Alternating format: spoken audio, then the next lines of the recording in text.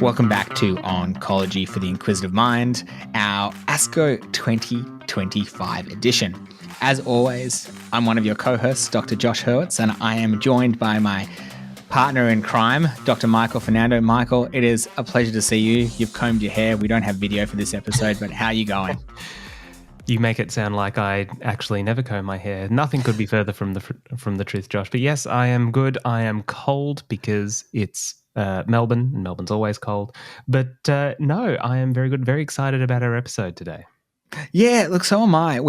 Before this episode started, Michael and I were sort of scrounging around. We wanted someone who does gynecological oncology, and essentially they're not that easy to find.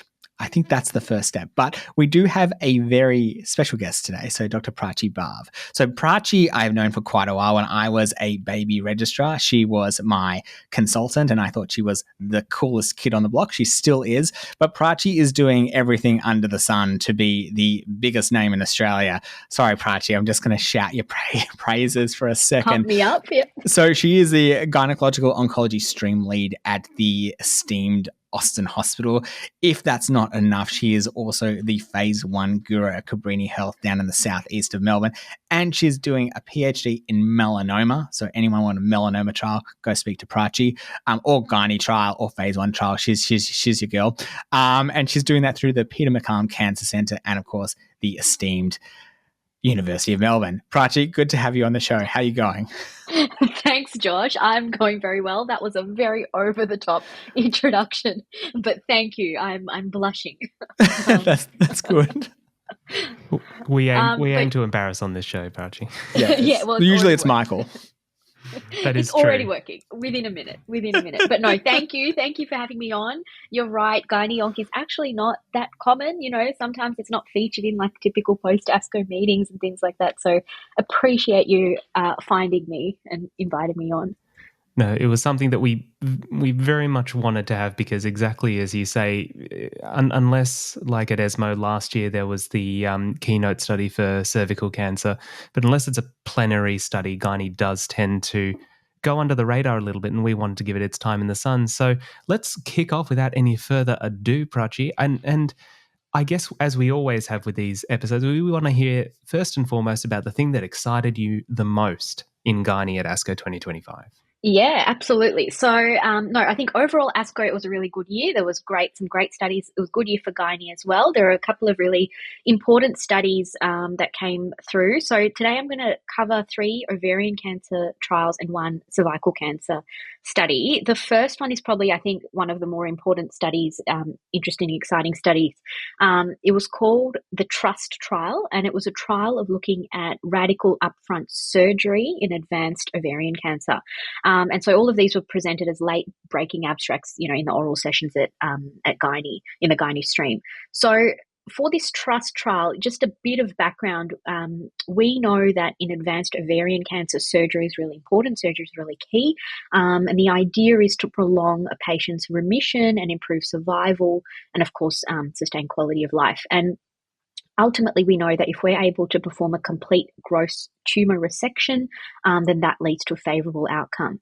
We've known for many years now that if patients with advanced ovarian cancer undergo primary cytoreductive surgery, so surgery like straight off the cuff, and then that's followed by adjuvant chemo, that leads to excellent outcomes for patients.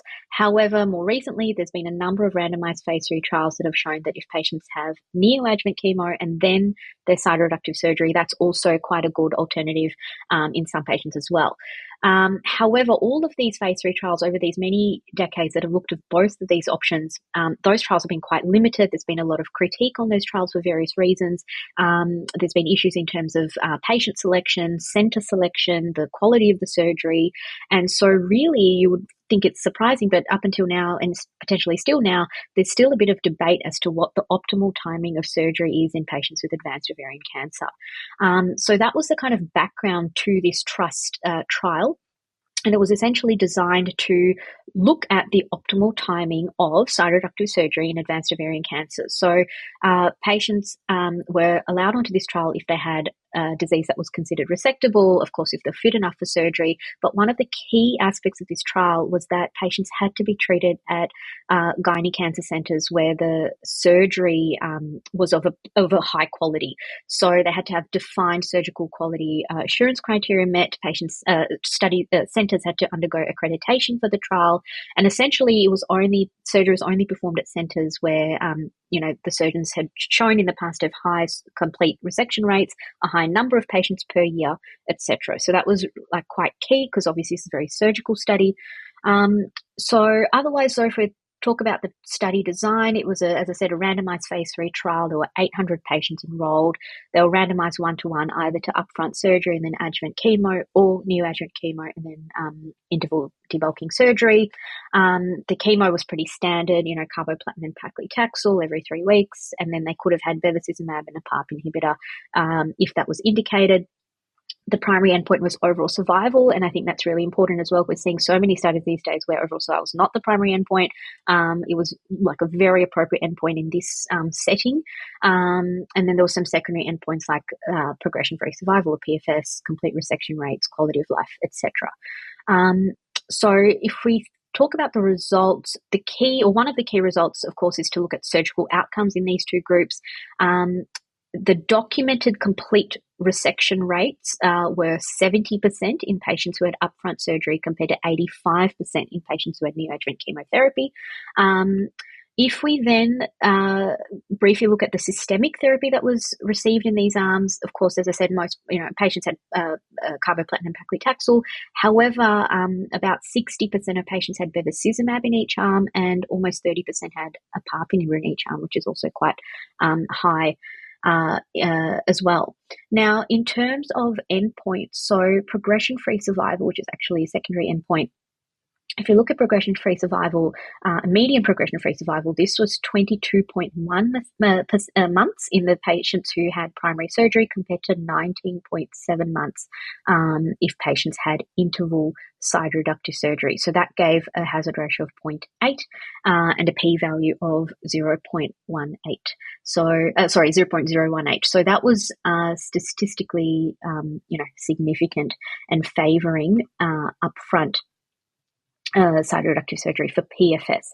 However, if we look at overall survival, so the median overall survival, which was the primary endpoint of the study, that was 54.3 months after primary surgery compared to 48.3 months after interval surgery with a hazard ratio of 0.89 and a non-significant p-value. So actually, this study was statistically negative for its primary endpoint of overall survival.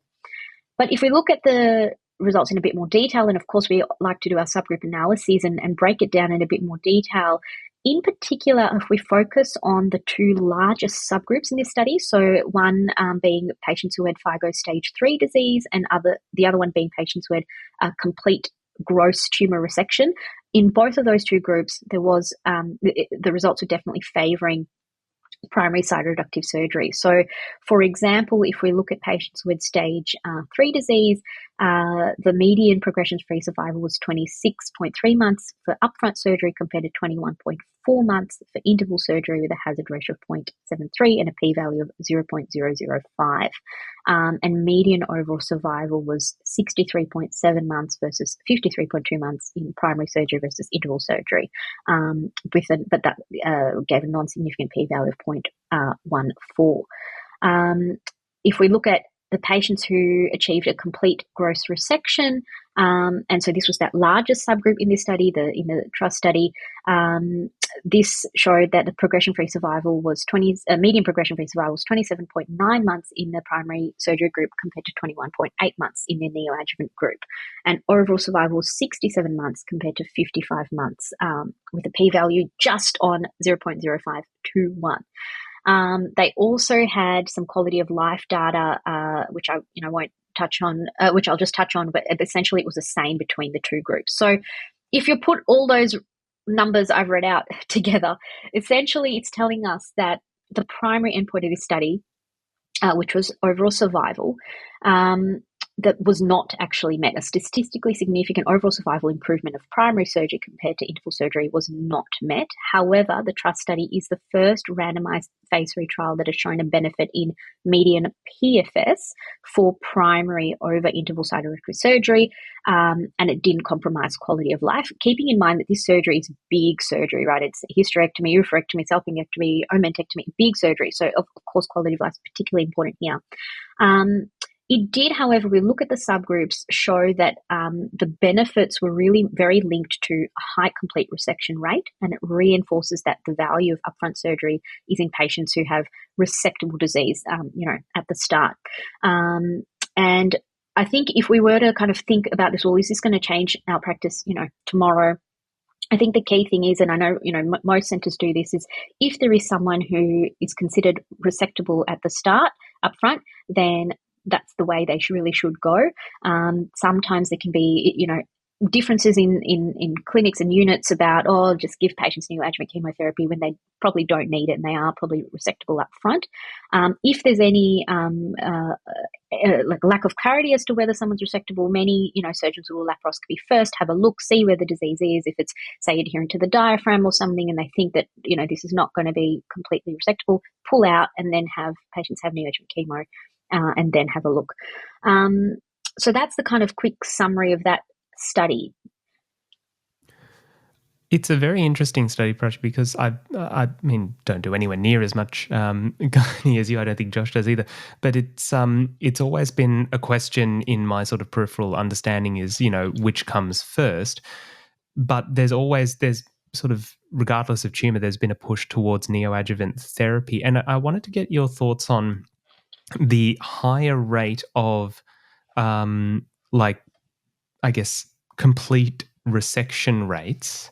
So you said 70% in the upfront surgery group compared to 85% in the interval group, and yet it just does not. It does not really impact the overall or progression-free survival, despite presumably a higher percentage of patients in the primary resectable group not getting that complete resection. Do you think that is mainly because the adjuvant chemotherapy is doing a good job of mopping up? Is there some subtlety to approach from that perspective, just adding more complexity to the study? Yeah, absolutely. A great question. And that's exactly right. We don't know. That's absolutely a possibility. Adjuvant chemo may well be, doing its job, so to speak. There's lots of unanswered questions as well. This was a very late breaking abstract. The author was key to point out because he got grilled with questions in the Q&A session, and he said, "I don't know. I mean, it's a late breaking abstract." But there were a lot. That was one question. There's another question on for example, we know a lot of our patients are BRCA or HRD, and what the kind of subgroup analysis was for that, we don't know. We worry about giving neoadjuvant chemotherapy in HRD or BRCA patients and causing reversion mutations. So we don't know, what the situation is there. We know that in some patients, for example, if they have platinum-sensitive ovarian cancer recurrence, sometimes they undergo a second cytorectal surgery. So, what's the situation there? There's, of course, HIPEC coming around, intraperitoneal chemotherapy. We don't know what that is going to, have a role to play. So there's a lot of unanswered questions, and why this difference in, as you said, complete resection rate, PFS, OS. It's not entirely clear. We wait the paper, as we were all saying. Yeah. Yeah, it's interesting. And Prachi, although my camera's off and our listeners can't see it, I have terrible internet here at my current hospital. So I'm catching most of what you're saying. But it's an interesting conversation. I think my summary is, high volume centers, generally people do better. That's sort of the also potentially a synopsis. But you do have 3 other trials that I know you're burning to chat about. So can you tell us about your next one? Absolutely. So the next study it was called Rosella, and this was a phase 3 study looking at an agent called relacorilant in combination with nab-paclitaxel versus nab-paclitaxel monotherapy in patients with platinum-resistant ovarian cancer. So this was really exciting, interesting, because we're looking at platinum-resistant ovarian cancer, which is a very difficult to treat cancer. We really don't have anything other than more lines of chemo with, diminishing response rates. We're like less than 20%. So we really have been waiting for something new and exciting in this space. So quick bit of background. As I said, platinum-resistant ovarian cancer, difficult to treat. Overall survival is about a year, so we really need new treatments. Ovarian cancers express something called the glucocorticoid receptor, and that is a marker of poor prognosis. And essentially, glucocorticoid receptor signaling reduces sensitivity to chemotherapy. So this new agent, relacorilant, it's a novel selective glucocorticoid receptor antagonist, and it sensitizes it restores the sensitivity of cancers to cytotoxic chemotherapy, basically. And it's an oral tablet. Like a lot of major studies, this study was presented previously at earlier conferences. So the phase 1 and 2 data from this trial was actually presented at ASCO in 2020, so 5 years ago. And the encouraging results from the phase 1 and 2 led to a phase 2 study that was presented in March 2021 because it met its primary endpoint of PFS, and there was this suggestion of improvement in OS. So it quickly led to this phase 3 study, which I'm about to present. Obviously presented at ASCO, and importantly, it recruited really quickly. Within 15 months, it recruited, which just goes to show the demand that we have in this space. There's so many patients. So just briefly, the study outline, as I said, patients with platinum-resistant ovarian cancer, ECOG 0 to 1, they could have had 1 to 3 prior lines of therapy, and they must have had prior bevacizumab. Patients are randomized open-label 1-to-1 to either just standard nab-paclitaxel chemotherapy, or they got nab-paclitaxel plus this relacorilant tablet. And that tablet was given the day before, the day of, and the day after nab-paclitaxel. And it had dual primary endpoints, this study, which was PFS and OS, and then the usual kind of secondary endpoints. So this study ended up recruiting 381 patients overall, so 188 in the combination arm versus 193 in that nab-paclitaxel and I think it's important to note as well that 60% of patients had prior PARP inhibitors before going on this study, and 2/3 had actually progressed whilst on the PARP inhibitor itself. So they had a large number of patients with high risk disease, essentially, that progressing through PARP inhibitors. So if we look at the progression-free survival for this study, it essentially was a positive trial. The median progression-free survival was 6.5 months in the combination arm compared to 5.5 months in the nab-paclitaxel arm, with a hazard ratio of 0.7 and a p-value of 0.0076. So it's essentially indicating a 30% reduction in that hazard of progression or death. And if we look at the overall survival, this is immature data. It was only about 50% maturity, so it's interim data, but it did show that the relacorilant it provided a clinically meaningful extension in overall survival. So the median overall survival was about 15.9 months compared to 11 months in the nab-paclitaxel alone arm. Hazard ratio 0.69, p-value of 0.01. So if we look at some landmarks, because I always think landmarks are always a bit easy to understand, 12-month landmark overall survival was 60 months with the relacorilant arm compared to 49% in the nab-paclitaxel arm alone.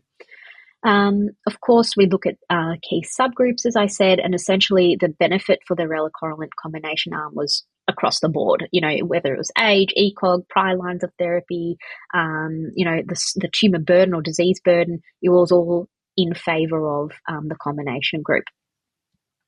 In terms of objective response rate, and I personally find this important when you're discussing new treatments with patients, what is the chance of response, not just talking about survival. It was almost 37% in the combination arm compared to about 30% with nab-paclitaxel. And what they found, and I should say as well, clinical benefit rate was about 50% in the combination arm compared to 39% in the nab-paclitaxel arm. So 12.2% improvement in the clinical benefit rate. So that, that's disease stability as well as response. So I think in summary, this study was exciting. As I said, we need new treatments in this space. I didn't mention it, but the side effects were quite, similar between the groups as well. This has been published in the Lancet simultaneously. I think it's exciting, new agent. It's a very different class of medication as well to what we've seen before. It's an oral tablet, so it's all interesting from that point of view. The questions, of course, are then in terms of, treatment sequencing. We do have some other new agents in this space if patients have folate receptor alpha positivity. So how do we kind of sequence with, say, MERV versus this? There are those questions, but I think that's a nice situation to be in where you've got a bit of choice rather than, having nothing at all. Yeah, it's a great trial, and I think it's an exciting trial because most of the time when people add a new agent, it's going to be either exceptionally toxic, exceptionally expensive, or some combination of those two things. My question, Prachi, I don't know if they spoke about this or if you would be able to see it in the trial. When you look at, I guess, the resistance and using the relacorilant, was there any difference in response between the number of, I guess, prior lines of therapy? Did they sort of break it down to look at, I guess what I'm trying to ask in this question is there sort of increased response if you've got more of, let's say, a mutation, or increased resistance, like sort of the same when you look at ESR mutations in breast cancer as an example, but pushing it across to the ovarian space? Was there any discussion about that and optimal usage of this drug? Yeah, good question. The only information we have for that is the like subgroup analyses, like the forest plot that they've shown. And actually it was very similar whether anyone had 1, 2, or 3 prior lines of therapy. If you look at whether patients had prior PARP inhibitor or not, so if they had a PARP inhibitor prior, the hazard ratio for PFS was 0.6. If they hadn't had a PARP inhibitor before, it was 0.84, so favouring prior PARP inhibitor. So that was the kind of extent of that. I will say also, though, that you can't take steroids when you take this medication. So that's something important to keep in mind. It's very important from like a practical point of view, obviously because of the mechanism of this medication. Yeah. Which is a major issue with ovarian cancer because obviously people get high volumes of peritoneal disease and significant discomfort from that, and steroids are one of the things that you reach for. So yeah, I mean, of course, if someone's got a bowel obstruction, we reach for it. We often give it with chemo as a pre-med or post-med. So, something to keep in mind.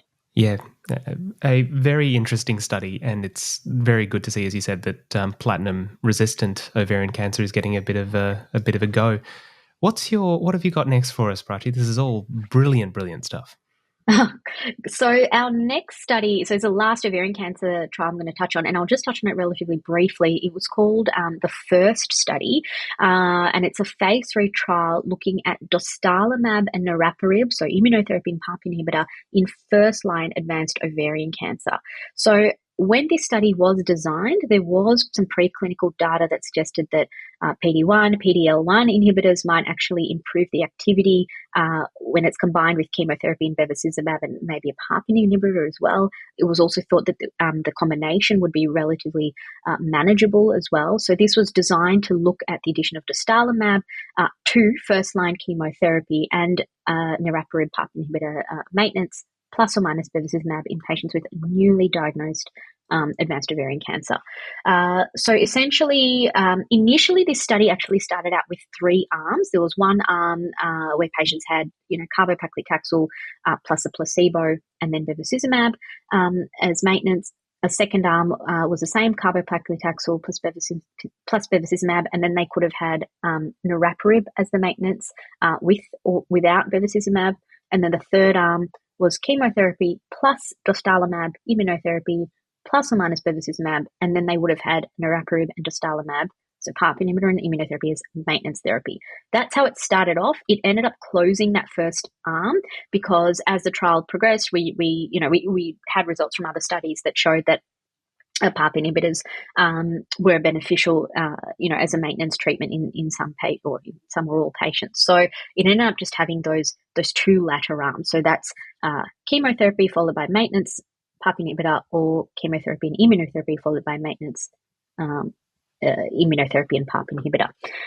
essentially, to cut to the chase, I guess we can say, the median duration, after a median duration follow-up of 53.1 months, and if we look at the progression-free survival, this was 19.2 months in the niraparib alone arm compared to 20.6 months in the dostarlimab plus niraparib arm. Now, the way this trial was designed, it actually gave a hazard ratio of 0.85 and a statistically significant p-value of 0.03, but we can all agree that a difference of 19.2 versus 20.6 months is clinically very modest, if of any significance at all. They did look at the breakdown, of course, in terms of PD-L1, because we always like to see that in terms of a biomarker with immunotherapy, and there was no impact of this, in the study results. And if we look at the overall survival again, this was not statistically significant. So to kind of briefly touch on this, it's another study that's shown that the addition of immunotherapy to first-line platinum chemo with a maintenance PARP inhibitor was associated with a statistically significant benefit, but not a clinically, I would think, relevant benefit. And the effect of PD-L1, it didn't differentiate basically. Side effects were, pretty much similar. It wasn't particularly, different to what we would expect. So I think this is now the fourth trial that we've had that's added upfront immunotherapy to chemo in ovarian cancer. They've all been slightly different, but this concept is the same. A strength of this study is that it did include patients, to have PARP inhibitors and maintenance, because some of the other trials haven't. But essentially, it's another negative study, and so we know now that chemo still remains our best kind of first line, option for advanced ovarian cancer. Interesting and disappointing result, but as you said, not particularly surprising. What interests me about this, the failure of immunotherapy in ovarian cancer, is the high rate of homologous repair deficiencies, which in other cancers, they increase tumor mutational burden. They theoretically make a cancer more, quote unquote, immune hot. And so, you see with colorectal cancer with DMMR. And speaking of dostarlimab, the amazing results we've seen with that. Do you have a sense, Prachi, I suspect no one knows, but do you have a sense why ovarian cancer is bucking this trend? Is it because there's probably other drivers behind the cancer other than HRD or tumor mutation burden? I think so, and excellent question again, because we don't know. We don't have that breakdown, for every study like this one. We do, we always wonder, is there a different strategy for HRD patients compared to HRD negative patients? Or, as I said before, someone can start off as HRD negative, but then we're inducing issues with our chemotherapy, or reversion mutations if they start off positive. So it changes with time. It's like a moving beast, particularly in this type of tumor. So, the role of repeat biopsies and finding out what that, real-time HRD status is of a patient, and then changing our strategies. That's a big question. It's all interesting when chemotherapy remains the backbone. Prachi, final study. I know you've probably got to get off and save the world. So if you've got a little bit more time, I'd love to hear what your final pick was. Yeah, so the last one was actually an update on Keynote A18, which Michael touched on in his introduction. So that is a study looking at pembrolizumab with concurrent chemoradiotherapy in patients with high-risk, locally advanced cervical cancer. So this was a descriptive analysis of the final survival results from this important phase 3 study. So if I jump into it, we've known for decades now that really the standard of care treatment for locally advanced cervical cancer is radiotherapy. So it's generally external beam radiotherapy with concurrent chemoradiotherapy, and then followed by brachytherapy. However, recently there's been lots of improvements in radiotherapy techniques. They've got IMRT and VMAT, and of course we've now got immunotherapy, which is a standard of care and available for patients with recurrent or metastatic cervical cancer. So, of course, then the question is, well, why can't we bring immunotherapy earlier into our paradigm and give it for locally advanced disease and give it with chemoradiotherapy? Now, the results for this study have been presented before. It has shown that pembrolizumab, when added to chemoradiotherapy, results in a statistically significant and clinically meaningful improvement in both OS and PFS. And so, essentially, it has actually been approved for this indication overseas. It's not yet available in Australia. probably will be soon.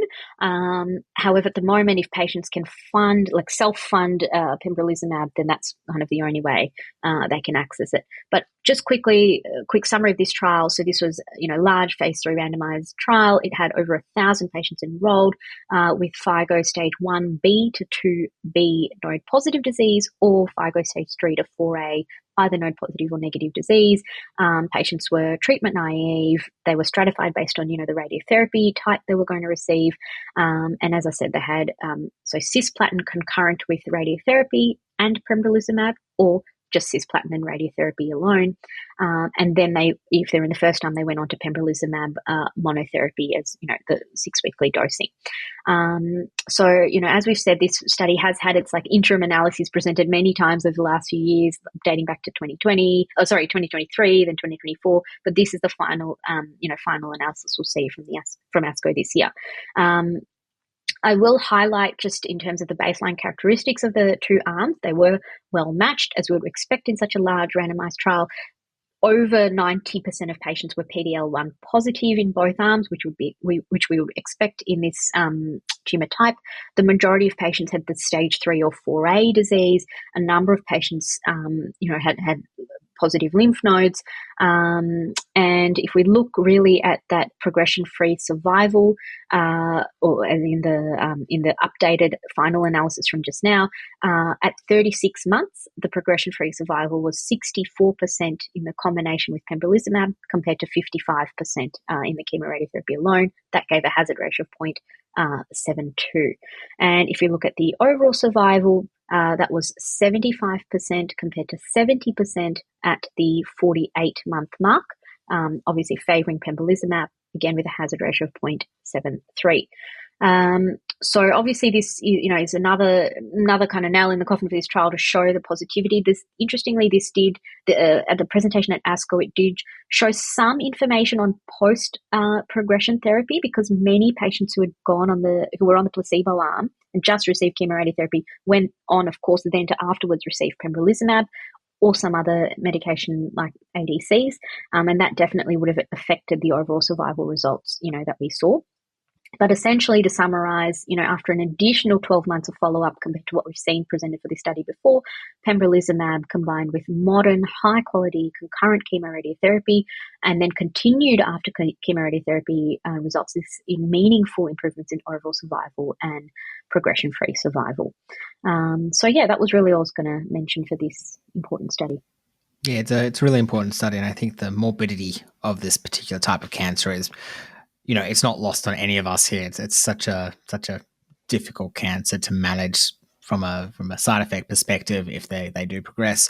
I've always got questions. I think that's the joys of this particular podcast. I get to ask, and everyone's like, "Oh, I'm on air." So I guess my first, and this is more of a overarching gynecological question. Are you finding the move with most of the trials in this space are moving to sort of earlier, so moving all of your stronger agents earlier to see if you can get further PFS and OS? Is that sort of a trend you're seeing in the space? And are you seeing sort of positive benefits as a class or as a direction of the cancer? Yeah, no, absolutely. I think we are, gynae is, following the trend like we've seen in all other cancers as well, moving, say, immunotherapy earlier and earlier from metastatic to adjuvant and now neoadjuvant. I think, though, it's really hard in gynae to group them all together, because cervical is so different to ovarian, which is so different to endometrial. As I've just shown you, clearly immunotherapy is very effective in cervical, but not so much in, say, first-line ovarian. So we're dealing with very different diseases. And then even within those, they're so different. Say in endometrial, which I didn't even touch on today, we've got a DMMR versus a PMMR group, and the results are different between those as well. So it's really, I think that's what's quite unique to gynae. It's got lots of different nuances to it, but I do think we are seeing them earlier and earlier. It's becoming a crowded space where we've got all our good stuff up front, and then of course the next question is, well, then what do we give second line, third line, or platinum resistant? There's a lot of ADC development as well in gynae, because because of the type of cancer it is, we know still chemo is really good, so we're seeing a lot of exciting ADCs as well. Yeah, well, really, really interesting space, isn't it? And I think every character is having that exact same question. What do you do next when you've used it all? My final question before I let Michael finish us off with the inclusion, and this is a analysis from January, actually. It's not the most final one, but they did sort of break it down to the stages. And while overall the stages were all positive for sort of using pembrolizumab, I wanted to highlight stage 1B2 and stage 2B just from, I think there was a numerical benefit. And I think this is obviously the sub-analysis from a forest plot, but there wasn't a statistical benefit for these subgroups. And I wanted to get your take on that, because a lot of the time when we look at trials, if you look at those sub-analyses, it's like overall there's definitely benefit, and probably if you break it down to individuals, but in certain cancer types when you've got more advanced disease, you actually see the better response. And let's say lung cancer stage 3 is going to be better than stage 2 as a sort of a theory. Was there any sort of talk about when you sort of break down the stages of this cancer and response to the use of pembrolizumab and chemo? Radiotherapy? Yeah, no, again, a really good question, because again, gynae staging is really confusing. And, this trial allowed stage 1B2 to 2B, node positive disease, but it also allowed stage 3 to stage 4A, which could have been either node positive, node negative. So you can have a more advanced stage, but node negative disease. So there's always a lot of discussion, in terms of, well, what's more important, and do people feel comfortable about, say, de-escalating treatment if someone is node negative, but actually has advanced disease, So there's still, we have our staging system, which gives us like black and white numbers, but then there's also the feel of the disease. And we all tend to think that, if it's node positive, then that's, worse off. So in terms of exactly, what you were saying specifically, I don't think there was much to read into that from the data presented at ASCO. There was still a benefit even in stage 1B2 to 2B, which is that node positive group, and still in the order of like 2 to 3 percentage points favouring the pembro arm. Of course, there are slightly smaller numbers in that group as well, so that can always play into the final results. I will, though, finish by saying that this is cervical cancer, and everyone stressed there that this is a preventable disease. So that's what we should all be focusing on. Even though we're oncologists and we see the disease when it's already there, prevention is better than cure. So, Australia's leading the way in vaccination, but there was a lot of discussion about how important that is, so that we're not even in this situation to begin with. Yeah. Absolutely. I think Josh and I have said on previous shows that one of the greatest achievements of modern medicine is the Gardasil vaccine. The fact that you can prevent what is, for my money, one of the most awful types of cancer, one of the most awful types of an already awful disease, is nothing short of miraculous, and obviously very important that it needs to be picked up. Prachi, I'm sure that we could listen to you talk all day about ASCO, but it's been wonderful having you on the show, very illuminating, and it's great to see that gynae is sort of getting the attention that it so thoroughly deserves, and we are very much looking forward. I mean, we call our little production company ADC Productions for antibody drug conjugates, so we're very excited that they will be brought to the world of gynae cancer and see what effect that'll have. But thank you so much for coming on, and we look forward to having you back to talk more about gynae, and maybe phase 1 will sprinkle a little bit in there next time. No problem. Thank you for having me on. Thanks, Prachi. Bye, everyone.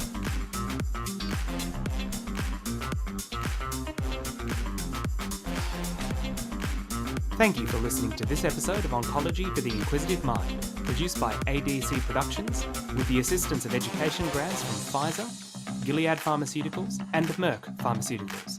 As always, these companies do not receive early previews or editorial input of any kind. The opinions expressed in this episode are our own, and the facts are, well, the facts. If you like this episode, please consider subscribing to be among the first to hear our latest forays into the ever-changing world of medical oncology. You can find previous episodes of our show, including coverage of major conferences, interviews with world-renowned experts, and much more at inquisitiveonc.com.